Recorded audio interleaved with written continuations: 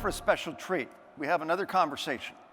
This conversation is with Sir Mark Grundy. Sir Mark Grundy is the CEO of the Shireland Collegiate Academy Trust. What can I say? This gentleman is passionate about what he does, and he is making a lot of waves in the education industry in the UK. Sir Mark, do we have you here? I think so, Paris. Hope so. Yep, you do. How are you? In my office. I'm fine. Yeah, it's cold here. Good. Well, it was good to chat with you earlier.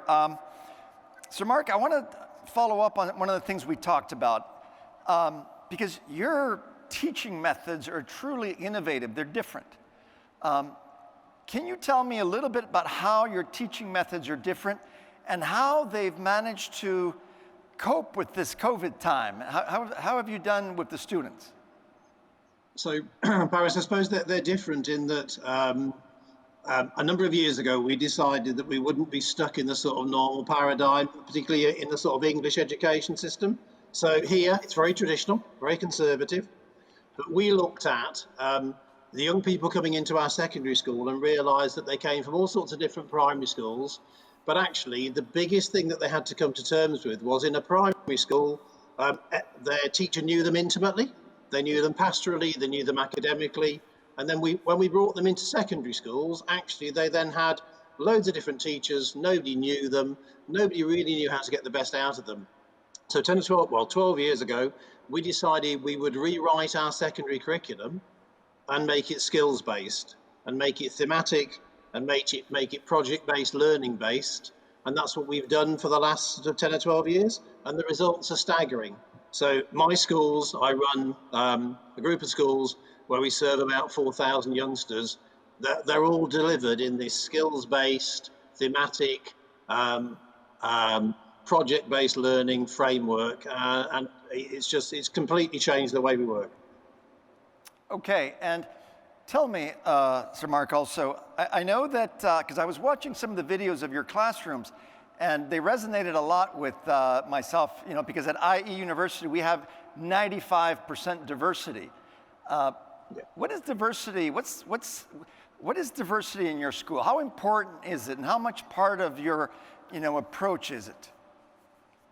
So, Paris, the communities that we serve are hugely culturally rich, but economically, they struggle. They really struggle. So we've got 60 different languages spoken in the secondary academy that I'm sitting in today. Wow. But all my schools have got between 30 and 40 languages spoken at home by our families.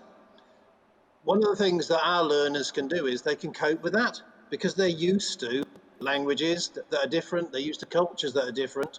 And therefore, they expect to adapt. And one of the things that makes us very different to other schools in our part of England is our youngsters are used to actually experiencing something that's very different and not being spooked by it, but actually looking at the strengths they can take from it and building it into what they're doing.